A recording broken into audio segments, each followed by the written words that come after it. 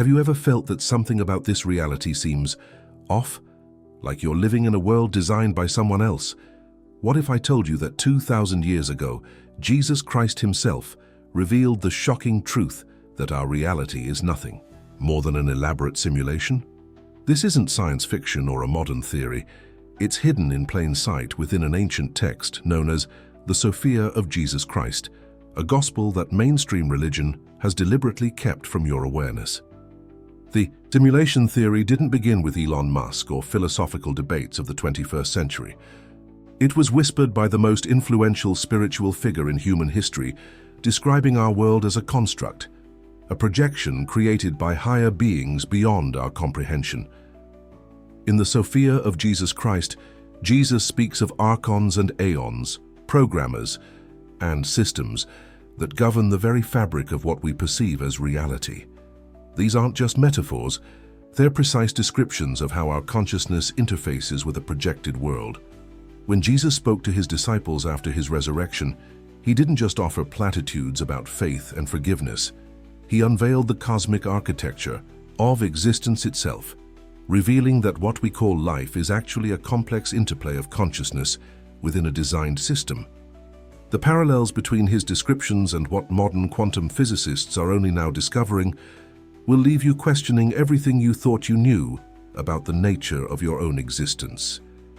The ancient Gnostic wisdom preserved in this text describes how our souls, our true essence, have been trapped within a simulation designed to keep us separated from knowledge of our divine origins. Jesus wasn't just a teacher or prophet according to this gospel. He was a messenger from beyond the simulation, an emissary sent to help humanity recognize the coded prison that surrounds us. His most profound teachings weren't about moral behavior, but about awakening to the nature of reality itself.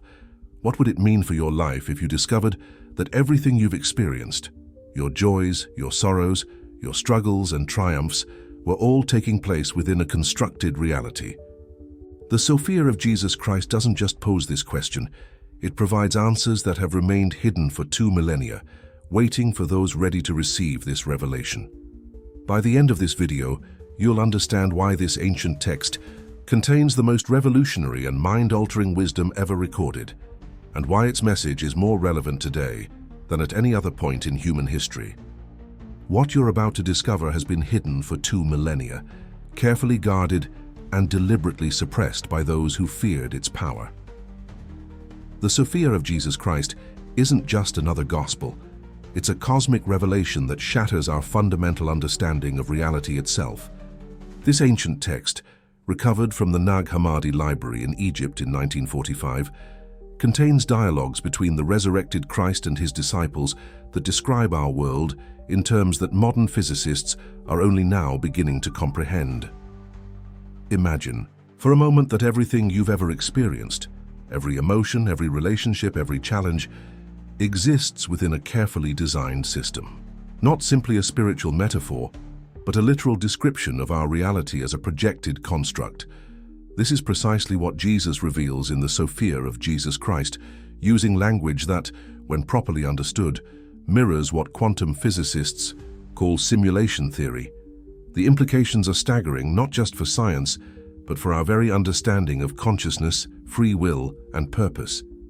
The text begins with Jesus appearing to his disciples not in his previous form, but in the invisible spirit. This is our first clue that we're dealing with something beyond conventional reality. Jesus speaks of having come from the perfect light and the great aeon, terms that, when analyzed through modern understanding, suggest dimensions or realms beyond our simulated existence. His disciples, confused by his transformed state, ask him to explain the truth of the universe, and what follows is nothing short of revolutionary. All of nature and all of the creations exist in and with one another, Jesus tells them, but they shall dissolve again into their own roots.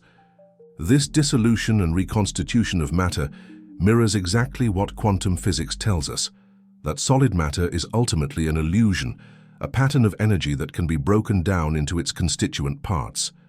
But how could a text from 2,000 years ago contain such insights?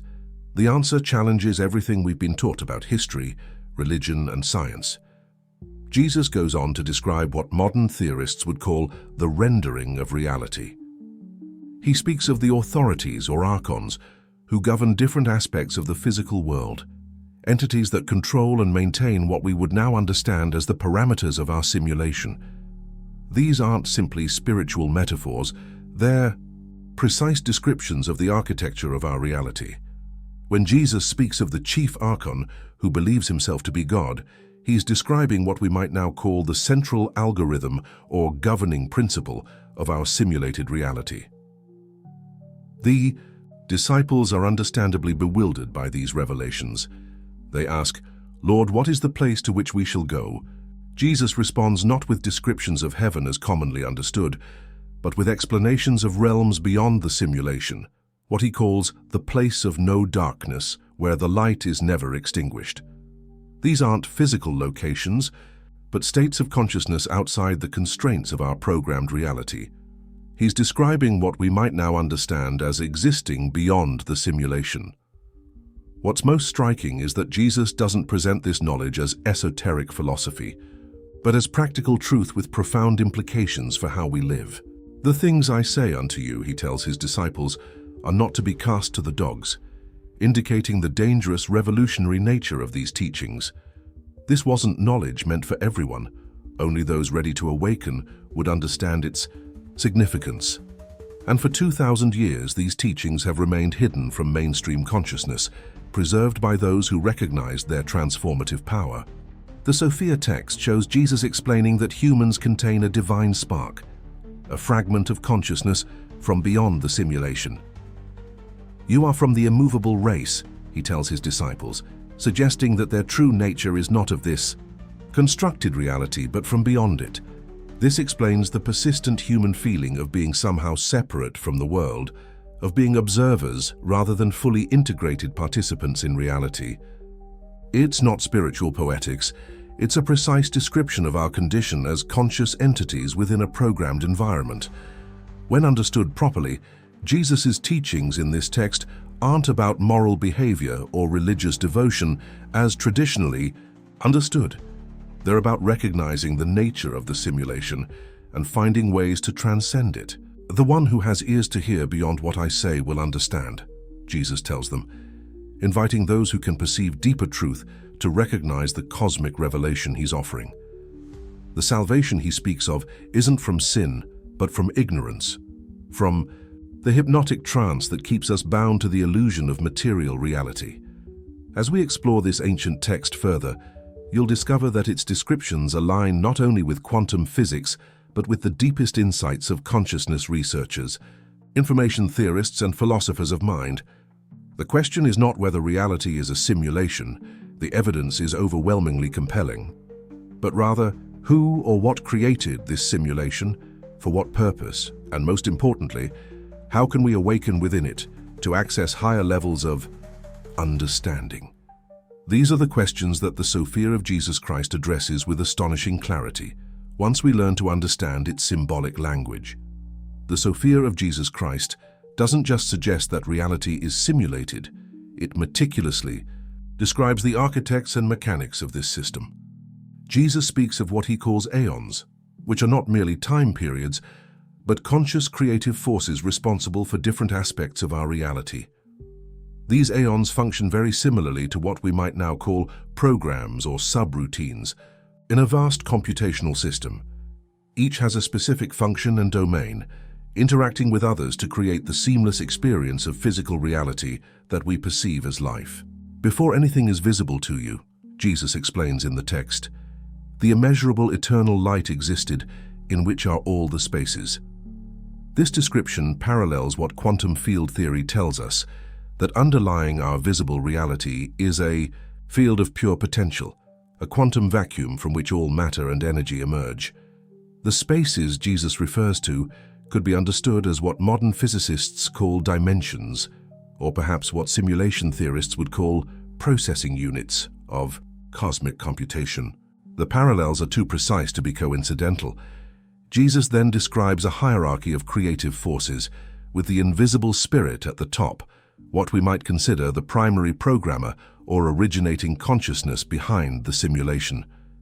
Below, this are the aeons and archons, arranged in what the text describes as pleroma or fullness. This structure bears remarkable similarity to what computer scientists would call a hierarchical processing system, with subroutines nested within larger programs. Each level has specific authorities and functions, yet all are ultimately expressions of the primary source code. Perhaps most fascinating is Jesus' description of what he calls self-generated ones, entities that appear to have a certain autonomy within the system. These might be what we would now call emergent consciousnesses or self-learning algorithms, aspects of the simulation that have developed their own identity and agency. This concept mirrors cutting-edge theories in artificial intelligence about the emergence of consciousness in complex systems. Yet here it is, described in a 2,000-year-old text, suggesting knowledge far beyond what should have been available in the ancient world. When one of the disciples asks Jesus how humans came to exist within this system, his answer is revelatory. He describes what can only be understood as a programming error, or perhaps an intentional modification, within the simulation. The chief archon, Jesus explains, took power from his mother, Sophia, but was ignorant that there were others above him. This ignorance led to what the text calls a deficiency in the system, creating a world that was a flawed copy of the higher realms, essentially a simulation with corrupted or limited parameters. The text then describes how humans became trapped within this flawed simulation. The chief archon, believing himself to be the ultimate creator, fashioned physical bodies and breathed life into them. But unbeknownst to him, these forms were inhabited by sparks of consciousness from the higher realms, what the text calls the immovable race. This explains the dual nature of human existence that philosophers have pondered for centuries. We are simultaneously physical beings within the simulation and conscious entities that originate from beyond it. Jesus explains that most humans remain unaware of their true nature because of what he calls the counterfeit spirit, a program of forgetting that keeps us identified with our simulated forms rather than our essential consciousness. They are bound with measures, times, and seasons, he says, describing how time itself, a fundamental aspect of our reality, functions as a limitation that keeps consciousness trapped within the simulation. This mirrors what Einstein theorized about time being relative rather than absolute, another instance where ancient wisdom aligns with modern physics. The purpose of Jesus' mission, according to the Sophia text, wasn't to save humanity from sin, in the conventional religious sense, but to introduce a virus into the simulation, knowledge that could help conscious entities recognize the nature of their reality and potentially transcend it. I have come to teach you about your true origin, he tells his disciples, so that you may return to it. This isn't mystical salvation, but practical information about the nature of consciousness and reality. What makes this text so revolutionary is that it doesn't just offer theological concepts, but practical methods for recognizing and potentially manipulating the simulation. Jesus teaches his disciples techniques of consciousness that allow them to see beyond the veil, what we might now call methods for accessing altered states where the programmed nature of reality becomes apparent. These include specific forms of meditation, visualization practices, and what the text calls the living water that awakens inner knowledge. The implications are profound. If our reality is indeed a simulation, as the Sophia text suggests, and if we contain consciousness that originates from beyond this system, then we possess the potential to recognize our situation and perhaps even influence or transcend the parameters of our reality. This isn't science fiction. It's the cutting edge of consciousness research and quantum theory, prefigured in a text that predates modern science by millennia. And it raises the essential question, what else might these ancient teachings reveal about the nature of our existence and our untapped potential? What happens when conscious entities within a simulation begin to recognize the programmed nature of their reality? The Sophia of Jesus Christ describes this awakening process in detail, using language that resonates profoundly with modern experiences of glitches in the matrix. Those moments when the seamless facade of physical reality seems to waver, revealing something more fundamental beneath. These aren't just subjective experiences or spiritual metaphors, they're direct perceptions of what quantum physicists call the observer effect, the strange way that consciousness appears to interact with and even alter the behavior of matter at its most fundamental level. Jesus describes to his disciples what happens when a being awakens to the simulated nature of reality. When you recognize your true origin, the veil falls away and you see not with the eyes of the body, but with the eyes of light. This description parallels what many report during profound spiritual experiences or altered states of consciousness, a perception that bypasses normal sensory channels and directly apprehends the informational or energetic nature of reality. These experiences have been documented across cultures and throughout history, with remarkable consistency in their descriptions of reality as fluid, programmable, and fundamentally mental rather than material. The text then describes specific glitches that awakened individuals might perceive, moments when the rules of physical reality seem to bend or break. You will see things appear and disappear, Jesus tells them, for what is bound by time can be unbound by knowledge. This perfectly describes what quantum experiments have verified, that particles can appear and disappear, exist in multiple states simultaneously, and even influence each other instantaneously across vast distances, behaviors that make no sense in classical physics, but are perfectly consistent with a reality that functions more like information than solid matter. Perhaps the most significant glitch described in the text involves synchronicities, meaningful coincidences that seem to defy random chance. Jesus explains these as moments when the program of fate is overridden by higher awareness.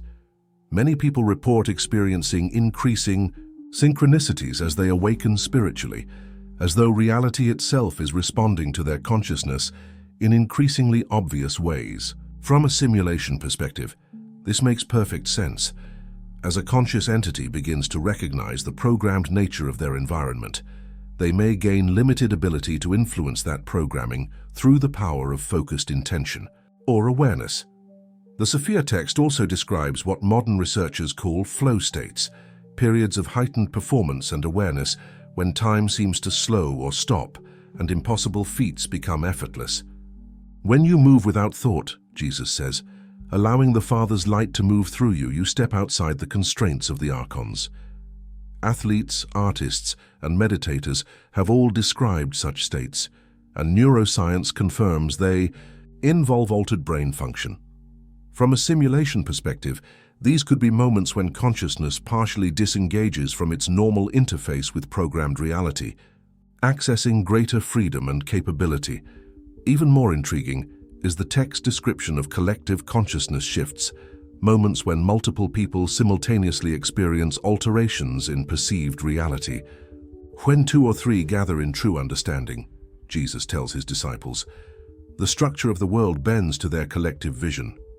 This mirrors findings in consciousness research, particularly experiments suggesting that focused group intention can measurably affect physical systems.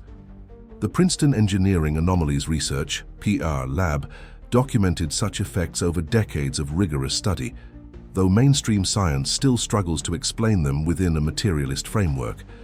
The text provides a fascinating explanation for the placebo effect, the well-documented phenomenon where belief alone can create measurable physical healing. Your body responds to the commands of your mind, Jesus explains, because both are patterns within the same system. From a simulation perspective, this makes perfect sense. If physical bodies are information structures within a larger information system, then the informational content of belief could directly influence physical processes. The placebo effect isn't an anomaly or a curious footnote in medical research. It's direct evidence of the mind-dependent nature of physical reality. Dreams receive special attention in the Sophia text as natural glitches when consciousness partially disengages from the simulation. In dreams, you often see more truly, Jesus tells his disciples, because the counterfeit spirit relaxes its hold. Modern sleep research confirms that during REM sleep, our brains generate experiences that feel completely real, despite having no external sensory input, a perfect demonstration of consciousness operating in a self-generated reality. Some traditions have developed extensive practices around lucid dreaming as a way to recognize the dreamlike nature of waking reality as well. The text also addresses what we now call mystical experiences, profound states where individuals report directly perceiving the underlying unity of all things, the illusory nature of separate selfhood, and the informational or consciousness-based foundation of reality. When the light within you is allowed to see, it recognizes itself in all things, Jesus says, describing what contemplatives across traditions have reported. From a simulation perspective, these could be moments when consciousness temporarily accesses a view of reality from outside its programmed parameters, seeing the system, as it were, from a higher dimensional perspective. Most remarkably, the Sophia text suggests that as more beings within the simulation awaken to its true nature, the simulation itself evolves. What was fixed becomes fluid when seen with knowledge. Jesus explains, suggesting that collective awakening alters the very parameters of our shared reality. This aligns with theories in both quantum physics and consciousness studies that observer effects may be cumulative, that humanity's evolving understanding of reality may be changing the fundamental behaviors of that reality in a massive feedback loop. If true, the implications for our collective future are both profound and hopeful. As we recognize the simulated nature of our reality, we may gain unprecedented ability to heal and transform it. Part 4. Consciousness beyond the co-diff. Our physical reality is a simulation. What exists beyond it? The Sophia of Jesus Christ provides astonishing insights into this question, describing layers of reality that transcend the programmed constraints of our world. Jesus speaks of what he calls the treasury of light, a realm beyond physical, laws where consciousness exists in its pure, unbounded state. This isn't described as a distant heaven or abstract concept, but as the native state of our deepest awareness, what we might call the user behind the avatar of our physical experience. Before you entered this world, Jesus tells his disciples, you existed in fullness, knowing your true nature. This statement challenges our conventional understanding of consciousness as something generated by the brain. Instead, it suggests that consciousness is primary, existing prior to and independent of physical form, using the brain as a receiver and interpreter rather than a generator. This view aligns with cutting-edge theories in consciousness studies, particularly those that address the hard problem of how subjective experience arises from physical processes. The text describes consciousness as existing in graduated levels, with most humans operating at what Jesus calls the hillock or material level, completely identified with their simulated forms and the drama of physical existence. Above this is the psychic level, where individuals begin to sense something beyond material reality, but still remain partially bound by it. The highest level Jesus calls the pneumatic, the state of full awakening, where consciousness recognizes itself as existing beyond the simulation while still operating within it. This framework presages modern understandings of consciousness development. From the materialist perspective, consciousness is merely a product of brain activity, to the transcendent view, consciousness as a fundamental property of reality itself. What's remarkable is that the ancient text doesn't present these as competing theories, but as developmental stages that individuals, and perhaps humanity as a whole, naturally progress through as they evolve toward greater understanding. Jesus explains that even within the simulation, consciousness remains fundamentally free, a concept that resolves the ancient philosophical debate about free will versus determinism. The world runs by cause and effect, he says, but your awareness can stand outside this chain. This parallels quantum findings that while physical systems follow probabilistic laws, the point of observation, consciousness itself, appears to remain outside those determinations, introducing an element of genuine choice into an otherwise algorithmic system. Perhaps most profoundly, the Sophia text suggests that consciousness isn't simply trapped in a simulation against its will, but participates in physical reality as a form of exploration and experience. The Father wished to know himself, Jesus explains, and thus created realms of experience through which consciousness could know its own nature. This presents physical existence not as a prison, but as a virtual reality game of sorts, a temporary immersion in limitation for the purpose of growth, discovery, and the expansion of awareness. This perspective resolves many philosophical paradoxes, including the problem of suffering. If consciousness chooses to enter limited forms for the purpose of experience, then difficulty and challenge become meaningful aspects of that journey rather than flaws in creation. Through limitation, strength is found, Jesus tells his disciples. Through forgetting, the joy of remembering becomes possible. This reframes human suffering not as punishment or meaningless trauma, but as an integral part of the consciousness journey, challenging, yes, but ultimately in service to expansion and awakening. The text describes techniques for experiencing consciousness beyond its simulated constraints, practices that today we might recognize in traditions of meditation, contemplative prayer, and various mystical disciplines. Turn your attention away from what appears and toward what is, Jesus instructs. Recognize that which in you sees rather than what is seen.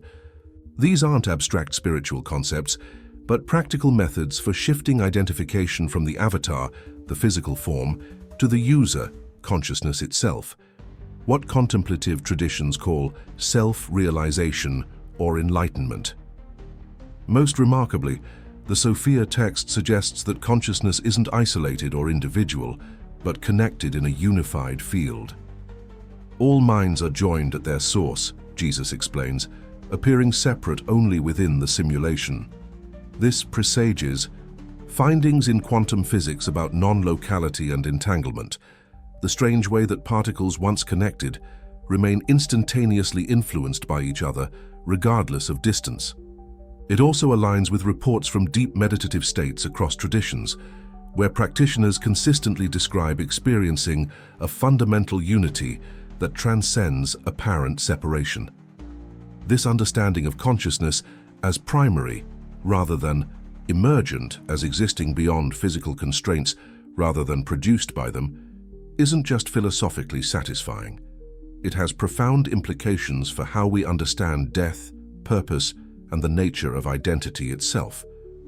If we are conscious entities temporarily operating through physical forms within a simulated reality, rather than those forms themselves, then physical death becomes less a termination than a transition, a return to our native state beyond the simulation. As Jesus puts it in the text, what never truly began cannot truly end. How does one awaken within a simulation? The final sections of the Sophia of Jesus Christ outline specific methods and understandings that facilitate this awakening, practical techniques rather than abstract theology. Jesus begins by addressing the fundamental obstacle, identification with the avatar rather than the consciousness operating through it. You believe yourselves to be bodies that possess awareness, he tells his disciples, when you are awareness temporarily experiencing through bodies. This simple but profound shift in perspective, from having consciousness to being consciousness, initiates the awakening process.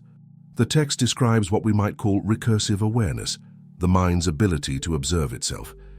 Notice that which in you is aware, Jesus instructs. Then notice that you can be aware of being aware. This practice of turning attention back upon itself creates what contemplative traditions call witnessing consciousness, a perspective that stands slightly apart from thoughts, emotions, and sensory experiences, observing them without being fully identified with them. From this witnessing position, the programmed nature of reality becomes increasingly apparent. Jesus explains that the simulation maintains its hold through what he calls archons of forgetfulness, essentially distraction mechanisms that keep consciousness identified with drama and sensation rather than fundamental awareness. The archons cannot bind you directly, he says, but only through your attention to their offerings. This mirrors what contemplative traditions have always taught, that liberation comes not from fighting against illusion, but simply by withdrawing attention from it and redirecting it toward awareness itself. The text provides specific practices for recognizing these distractions and disengaging from them. When fear arises, notice that which is aware of fear, Jesus instructs. When desire pulls you, rest in that which observes the desire. This creates space between pure consciousness and its contents, allowing one to experience emotions and thoughts without being controlled by them. Modern mindfulness practices teach essentially the same approach, which neuroscience confirms creates measurable changes in brain function and stress response. Perhaps most practically, the Sophia text outlines what we might call reality testing. Methods for directly perceiving the constructed nature of physical experience. Look closely at any object, Jesus tells his disciples, not with the eyes of the body, but with pure awareness, and its solid appearance will begin to dissolve. This parallels both quantum understandings of matter as mostly empty space with particles existing as probability waves, and contemplative experiences where practitioners report directly perceiving the vibratory or wave-like nature of seemingly solid objects. The text also addresses collective awakening, suggesting that simulation awareness spreads when openly shared. What I tell you in the darkness, speak in the light, Jesus instructs. For as one lamp lights another, so does understanding pass between minds. This creates what the text calls nodes of awakening within the simulation, centers of expanded awareness that begin to influence the larger system. From a modern perspective, this resembles how cellular networks operate, or how information spreads through social systems, creating cascading effects from relatively small initial changes. Jesus describes a phenomenon that today we might call timeline jumping or reality selection, the apparent ability of consciousness to navigate between parallel possibilities. When you recognize that many paths exist simultaneously, he says, you gain freedom to move between them through the power of choice and attention. This concept parallels both the many worlds interpretation in quantum physics and reports from advanced meditators and shamanic practitioners who describe accessing alternative versions of reality through shifts in consciousness. The text emphasizes that awakening doesn't mean rejecting physical experience, but transforming one's relationship with it. I do not tell you to leave the world, Jesus clarifies, but to be in it without being possessed by it. This balanced approach neither denies the relative reality of physical existence, nor remains trapped by taking it as absolute. Instead, it suggests engaging with life from a position of greater freedom and perspective, playing the game skillfully while remembering it is a game. Perhaps most importantly, the Sophia text suggests that the purpose of awakening isn't mere personal liberation, but the transformation of the simulation itself. As you awaken, Jesus tells his disciples, you become as lights in the darkness, allowing others to see more clearly. This presents spiritual awakening not as an escape from the world, but as service to it, consciousness returning to full awareness of its nature and then choosing to remain engaged for the benefit of all still lost in forgetting. When we consider the Sophia of Jesus Christ from a modern perspective, what emerges is nothing less than a manual for what we might call divine technology, methods for operating within the simulation with greater freedom and effectiveness. Jesus describes to his disciples what the text calls the living water and the bread of life, not physical substances, but states of consciousness that transcend the normal limitations of the programmed world. These aren't supernatural powers in the conventional sense, but natural capabilities of consciousness when it recognizes its relationship to the simulated environment. When you know yourself as I know you, Jesus tells his disciples, you will realize that this world responds to your inner state. This teaching parallels what quantum physics has verified, that the observer affects the observed, that consciousness and material reality are not separate systems, but aspects of a unified whole. The powers Jesus describes aren't violations of natural law, but applications of higher laws that govern the relationship between consciousness and its environment. From this perspective, what we call miracles might be better understood as consciousness, operating from beyond the normal constraints of the simulation. The text outlines what appears to be a technology of intention, methods for focusing consciousness to influence the probability fields that ultimately manifest as physical reality. What you bind in understanding shall be bound in experience, Jesus explains, and what you loose in understanding shall be loosed in experience.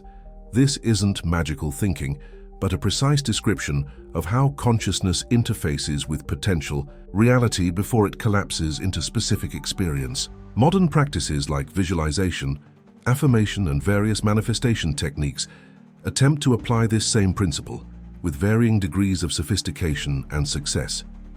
Particularly fascinating is the text's description of what we might call energetic hygiene, practices for maintaining clear consciousness despite the dense frequencies of the simulation. The world is filled with thought forms that attach to the unwary, Jesus warns, describing what modern energy workers might call thought forms or psychic intrusions. He teaches specific techniques for clearing the temple, methods of releasing these accumulated energies and maintaining sovereign awareness. These aren't superstitions, but practical applications of the understanding that consciousness and energy are aspects of the same fundamental reality. The Sophia text also describes advanced states of consciousness that transcend normal perception, referring to the single eye that sees beyond physical limitations. When your eye becomes single, Jesus explains, your whole body fills with light. This parallels both the activation of what Eastern traditions call the third eye and findings in neuroscience about whole brain synchronization during advanced meditative states. These aren't metaphysical abstractions, but verifiable states of awareness with distinct neurological signatures and experiential characteristics. Perhaps most relevant for our technological age, the text describes what we might call conscious creating, the ability to manifest from clear intention rather than conditioned patterns. What the Father creates, He creates through the Son, Jesus explains, using theological language to describe the relationship between pure consciousness, the Father, and focused intention, the Son. This presents creation not as something that happened once in the distant past, but as an ongoing process that consciousness engages in continuously, whether consciously or unconsciously. The text suggests that much of human suffering comes from unconscious creating, manifesting from fear, lack, and separation, rather than from clear intention aligned with higher awareness. You create constantly, Jesus tells his disciples, but not knowing this, you create in conflict rather than harmony. The awakening process involves becoming conscious of this creative power and learning to direct it with wisdom, rather than having it driven by subconscious programming. This understanding presages modern psychological insights about how beliefs and expectations shape experience. Jesus teaches his disciples about what he calls the law of correspondence, the principle that patterns repeat across scales of reality, from the cosmic to the personal. As above, so below, he tells them, and as within, so without. This understanding allows for working with reality at the level of pattern and archetype rather than just physical manipulation. By recognizing and shifting internal patterns, one changes how external reality configures itself in response. This isn't metaphysical speculation, but a practical application of systems theory and the fractal nature of complex systems. The text also describes what modern physics would call entanglement, the principle that things once connected remain connected regardless of apparent separation in space or time. What you do to others, you do to yourself, Jesus explains, not as moral teaching, but as description of reality's unified nature. This understanding forms the basis for what the text calls right relationship, engagement with others from the recognition of essential unity rather than apparent separation. This isn't idealism, but a practical approach to relationship based on the actual structure of reality.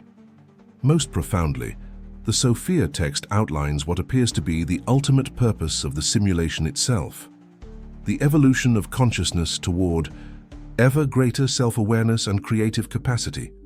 The Father creates realms within realms, Jesus explains, that being might know itself through becoming. This presents physical reality not as a mistake to be escaped, but as a purposeful creation designed for the expansion of consciousness through experience. From this perspective, Awakening doesn't mean rejecting the simulation, but engaging with it more consciously, playing the game with awareness rather than being unconsciously played by it. One of the most provocative aspects of the Sophia of Jesus Christ is its detailed description of what we might call a cosmic conspiracy, forces within the simulation that actively work to keep consciousness identified with limited forms rather than recognizing its true nature. Jesus speaks of archons led by a chief archon who believes himself to be the ultimate creator, entities that maintain the illusion of separation and limitation. In modern terms, we might understand these as subroutines within the simulation, designed to maintain its coherence by keeping participating consciousnesses fully immersed in its parameters. The rulers of darkness, Jesus explains, maintain their power not through force but through ignorance. This presents a profound insight. The limitation of consciousness isn't maintained through external oppression, but through internal forgetting. The primary mechanism of control is not punishment, but amnesia, the veiling of our true nature behind layers of conditioned identity and sensory distraction. From this perspective, the most revolutionary act isn't fighting against external systems, but remembering who we are beyond all systems. The text describes how these forces operate primarily through fear, specifically fear of death, lack, and isolation. The archons rule through the illusion of scarcity, Jesus tells his disciples, convincing beings of infinite nature that they are small, separate, and insufficient. This mirrors modern understandings of how fear-based programming operates, creating artificial scarcity and competition, where abundance and cooperation would be natural expressions of unimpeded consciousness. The conspiracy maintains itself by keeping awareness fragmented and focused on survival rather than creation. Jesus explains that these controlling forces aren't external to the self, but operate through what he calls the counterfeit spirit. Essentially, the programmed ego identity that believes itself separate from the whole. What appears to oppress you from without, he tells his disciples, is actually a pattern you maintain from within. This profoundly empowering perspective locates the power of transformation within consciousness itself, rather than in fighting against external systems. The enemy isn't out there, but in our own misidentification. The text outlines how social systems within the simulation are designed to reinforce this forgetting, what Jesus calls the customs of men that contradict the laws of light. These include hierarchical power structures, external authority systems, and belief frameworks that locate divinity outside the self rather than within consciousness itself. They create gods in their own image, Jesus explains, and then bow down before their creations, forgetting they are expressions of the very power they worship. This insight challenges both religious dogmatism and secular materialism as systems that externalize power rather than recognizing its presence within. Perhaps most controversially, the Sophia text suggests that time itself functions as a control mechanism within the simulation. The archons bind consciousness through past and future, Jesus explains, creating regret for what cannot be changed and anxiety for what cannot be known.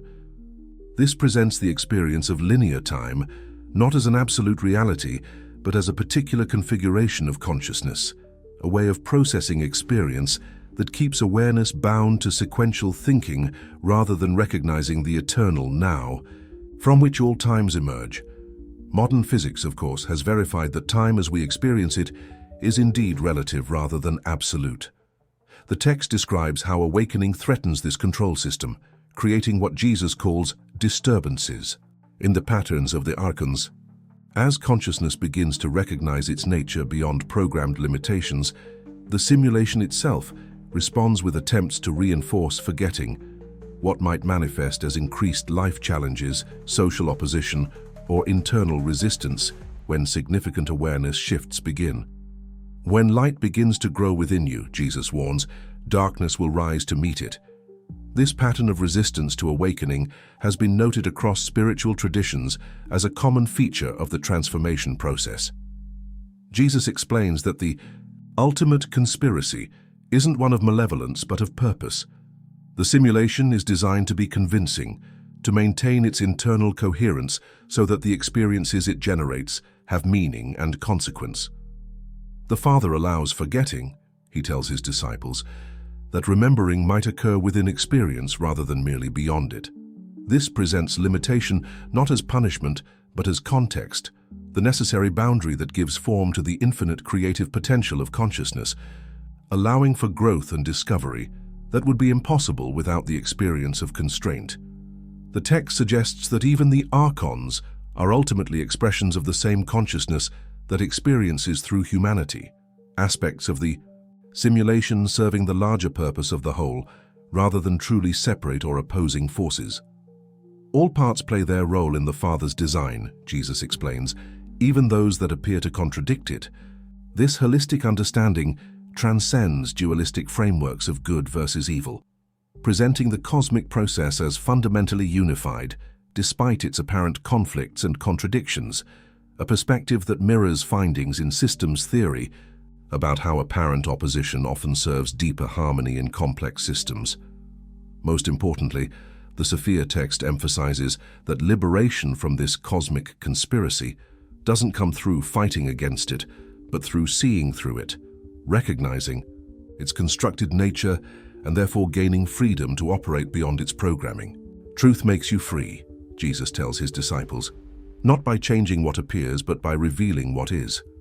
This presents awakening not as a battle against darkness, but as an illumination that renders darkness visible and therefore no longer binding. The conspiracy maintains power only through belief in its absolute reality. Once seen as a temporary construct rather than ultimate truth, its hold on consciousness naturally relaxes. Throughout the Sophia of Jesus Christ, Jesus employs what appears to be a sophisticated transmission code, language that operates on multiple levels simultaneously, speaking differently to different states of consciousness. To the hilic or material mind, his words appear as spiritual metaphors or moral teachings. To the psychic or seeking mind, they read as mystical philosophy.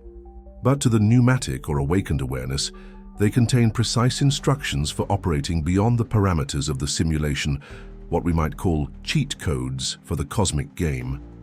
I speak in parables, Jesus explains to his disciples, that those with eyes to see might see, while those not ready remain undisturbed.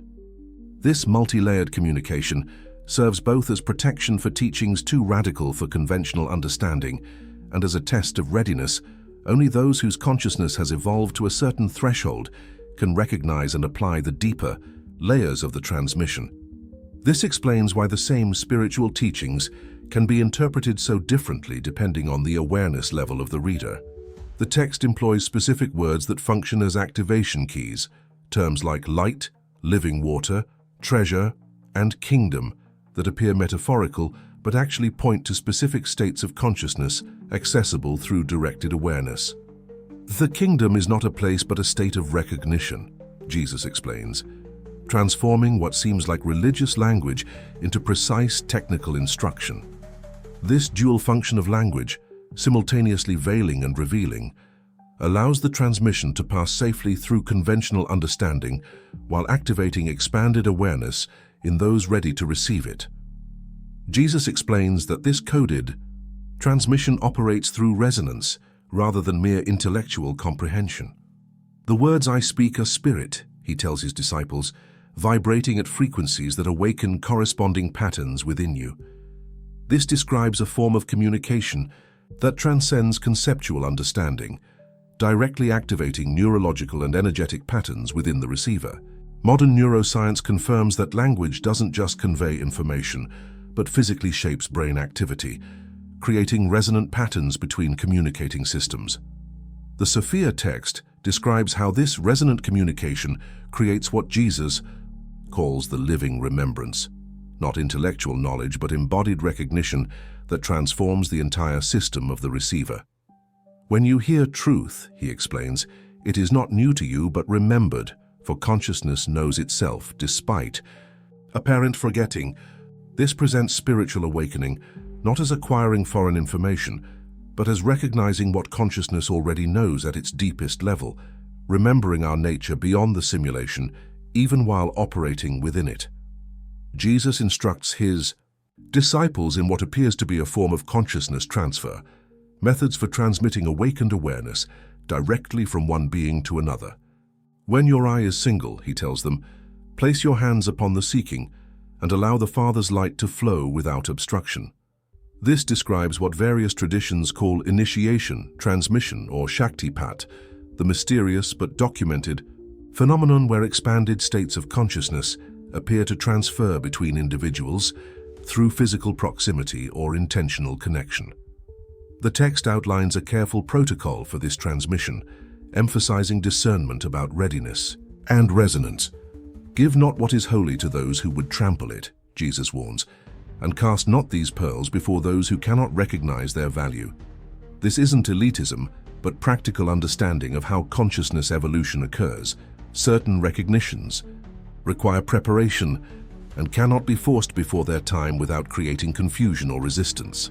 The transmission must match the receptive capacity of the system receiving it. Perhaps most fascinating is the text's description of how this transmission continues beyond physical presence. I remain with you always, Jesus tells his disciples, for the bond of recognition transcends physical form. This suggests that the consciousness transmission established between teacher and student creates a connection that persists independently of physical proximity, what some traditions call the guru-disciple relationship or lineage transmission. Modern understandings of quantum entanglement and non-local consciousness provide potential mechanisms for how such connections might operate beyond conventional space-time limitations. The Sophia text describes how this transmission code replicates itself through generations, not through blind repetition, but through living embodiment that translates eternal principles into forms appropriate for different times and cultures. The letter kills, but the spirit gives life, Jesus explains, warning against rigidly preserving the outer form of teachings while losing their transformative essence. This dynamic approach to transmission ensures that the awakening code remains effective across changing historical and cultural contexts. Most importantly, the text emphasizes that the ultimate purpose of the transmission is self-obsolescence, awakening that no longer requires external teaching.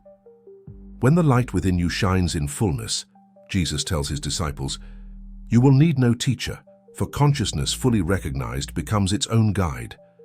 This presents spiritual authority not as permanent hierarchy, but as temporary scaffolding that serves the emergence of direct knowing.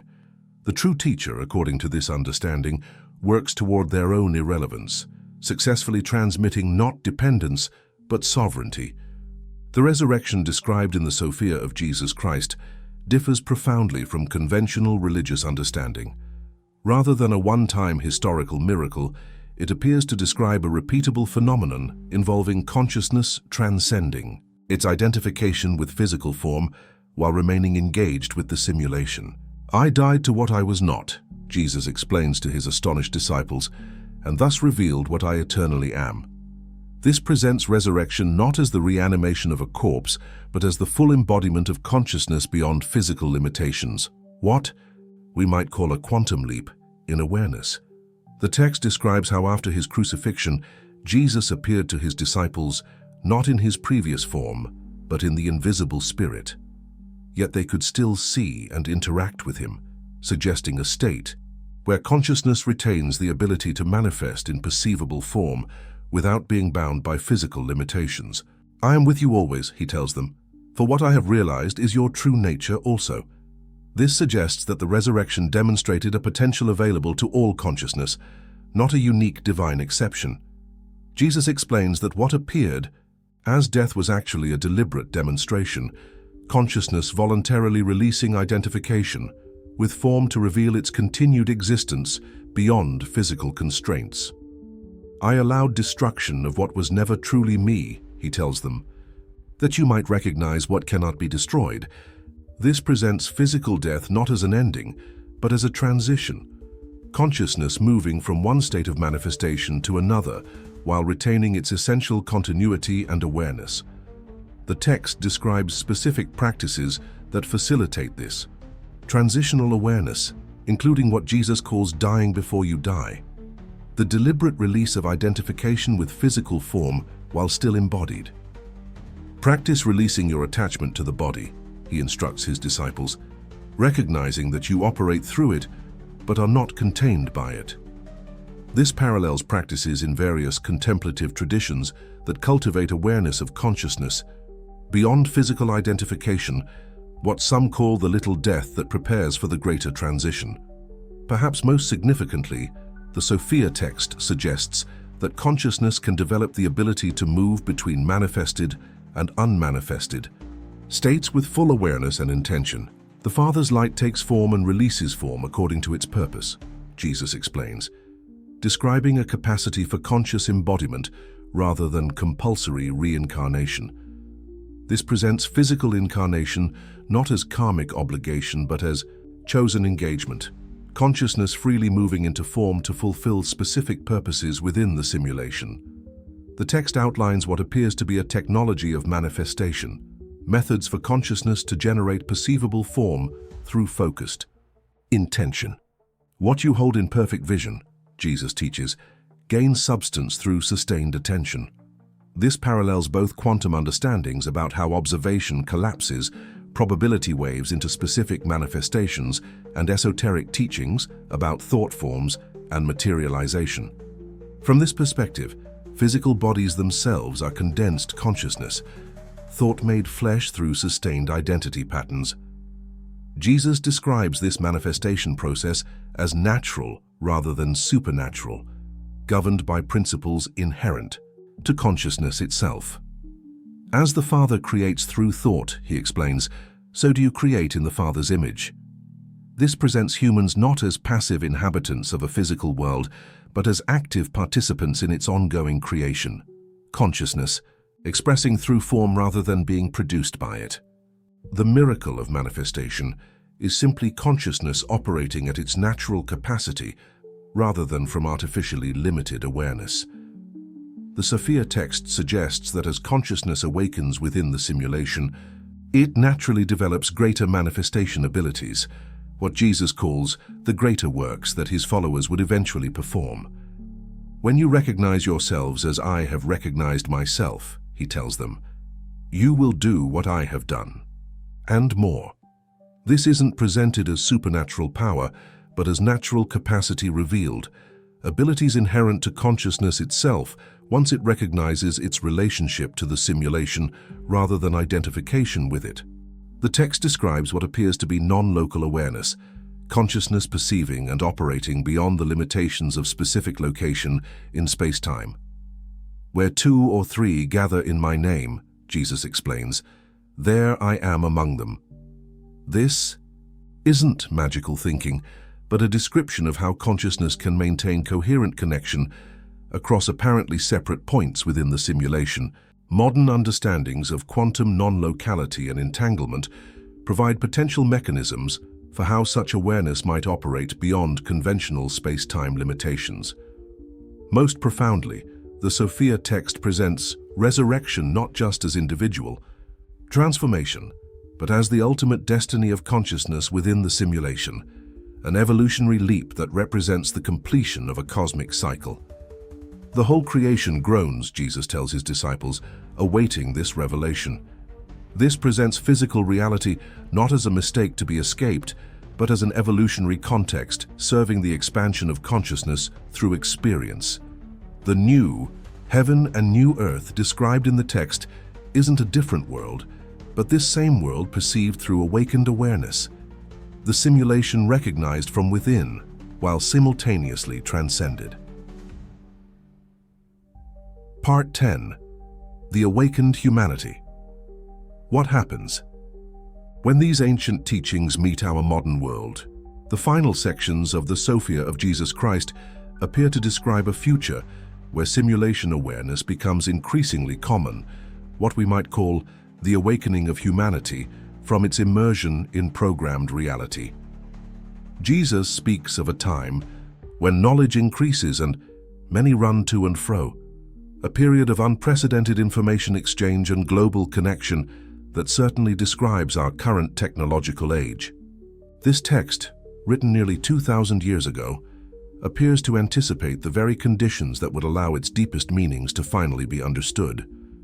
In the last age, Jesus tells his disciples, the mysteries will be revealed openly, for humanity will have developed eyes to see what was always present. This precisely describes our current moment, where advances in quantum physics, consciousness research, information theory, and digital technology have created a conceptual framework that makes the simulation hypothesis comprehensible in rational terms, rather than just mystical allegory. Ancient wisdom and cutting-edge science are converging around a shared understanding of reality's informational and consciousness-based nature. The text describes humanity standing at a crucial threshold, what Jesus calls the time of unveiling, when the programmed nature of reality becomes increasingly apparent to collective awareness. Signs will appear in heaven and earth, he explains, as the structure of the world reveals itself to growing consciousness. This mirrors our contemporary experience of accelerating change, where established systems and beliefs face unprecedented challenges and new paradigms emerge at an increasing rate. The unveiling isn't happening just in esoteric circles, but across all domains of human knowledge. Jesus explains that this awakening process isn't smooth, but moves through distinct phases, including periods of apparent crisis and breakdown. Before the new appears, he warns, the old must be shaken. This presents global challenges not as apocalyptic endings, but as necessary transitional turbulence, systems based on limited awareness naturally destabilizing as consciousness evolves beyond the parameters they were designed to maintain. The end times described in the text aren't the end of the world, but the end of a particular configuration of the simulation. The Sophia text suggests that as this awakening accelerates, it creates polarization between different response patterns. Some will cling more tightly to illusion, Jesus explains, while others awaken more fully to reality beyond it. This mirrors our contemporary experience of increasing division between regressive and progressive forces, a natural sorting process as consciousness chooses either deeper entrenchment in separation or expansion toward greater unity. This polarization isn't permanent, but serves the clarification necessary for conscious choice. Jesus describes specific markers of this awakening process, including the rise of what he calls children of light, individuals born with greater awareness of reality's constructed nature. Many will enter the world remembering what others have forgotten, he explains, describing what we might recognize in the heightened sensitivity, technological intuition, and systemic awareness many younger people now display. These aren't supernatural beings, but natural expressions of evolving consciousness, entering the simulation with less density of forgetting than previous generations. The text outlines what appears to be a decentralized awakening rather than one, dependent on hierarchical authority. The Spirit will pour out on all flesh, Jesus tells his disciples, not just on those deemed worthy by human judgment. This describes what we're witnessing today: spiritual awakening occurring outside traditional religious structures, technological innovation happening beyond established institutions, and new forms of connection emerging through grassroots networks rather than centralized systems. Authority increasingly shifts from external hierarchy to internal resonance and demonstrated effectiveness. Perhaps most significantly, the Sophia text suggests that humanity isn't alone in this awakening process, but receives assistance from consciousness, operating beyond the simulation's limitations. Many will come from the treasury of light, Jesus explains, entering the world to assist its transformation. This presents spiritual awakening not just as individual evolution, but as cosmic collaboration. Consciousness at various levels working together toward the expansion of awareness within the simulation. The second coming, described in the text, isn't a single messianic figure, but an infusion of awakened consciousness through countless points of embodiment. The text describes the ultimate outcome of this process, not as escape from physical reality, but as its transformation through awakened engagement. The kingdom comes not with observation, Jesus explains, but through the recognition that transforms perception.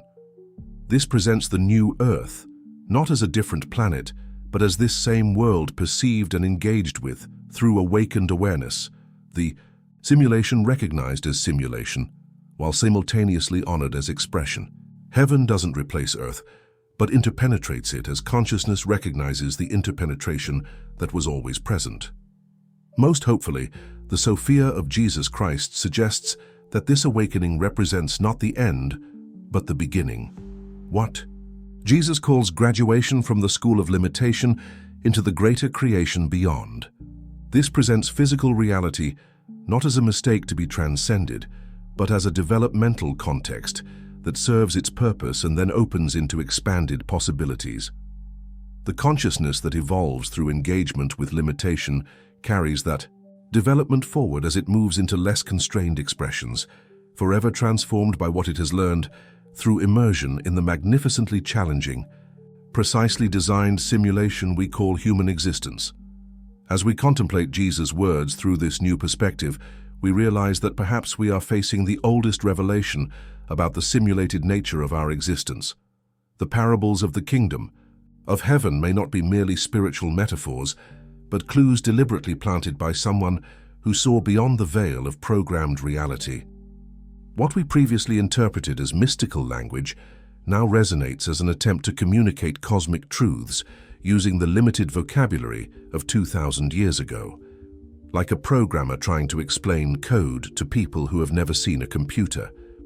The search for truth that we began on this journey transcends the debate between science and faith, revealing that both may be walking toward the same destination by different paths. When Jesus said, "You shall know the truth, and the truth shall set you free," he could have been talking about a much more literal liberation than we ever imagined, the fundamental understanding of the matrix that contains and defines us. Isn't this true enlightenment?